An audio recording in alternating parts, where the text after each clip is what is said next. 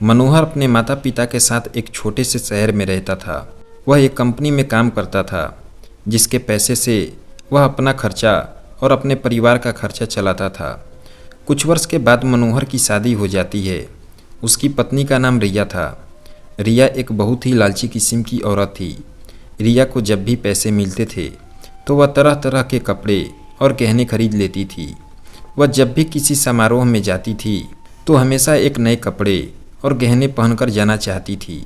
जब उसके पास नए कपड़े और नए गहने नहीं रहते थे तब वह अपने पति मनोहर से जिद करके खरीदवा लेती थी। उसकी लालच से उसका पति भी तंग आ गया था।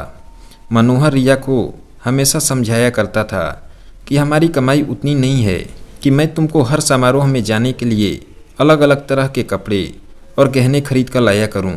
मगर रिया उसकी बातों को मानने के लिए तैयार नहीं होती थी। एक दिन जब रिया किसी समारोह में गई थी तब उसकी एक सहेली मनीषा उसके घर पर आई। मनीषा ने रिया की सास से उसके बारे में पूछा। रिया की सास ने मनीषा को सारी कहानी बताई। मनीषा ने अब रिया को सबक सिखाने के लिए एक योजना बनाई।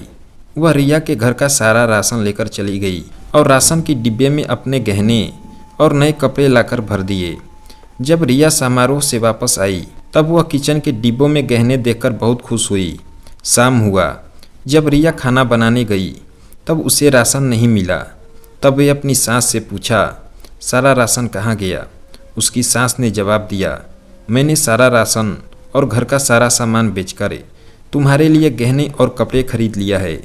तुम बदल बदल कर हर दिन नया पहनो। तब रिया बोली, मगर खाने के बिना मैं गहनों और कपड़ों का क्या करूँगी? तभी उसकी सहेली मनीषा आई और उसे रिया को सब कुछ बताया कि यह तुमको सबक सिखाने के लिए किया गया था।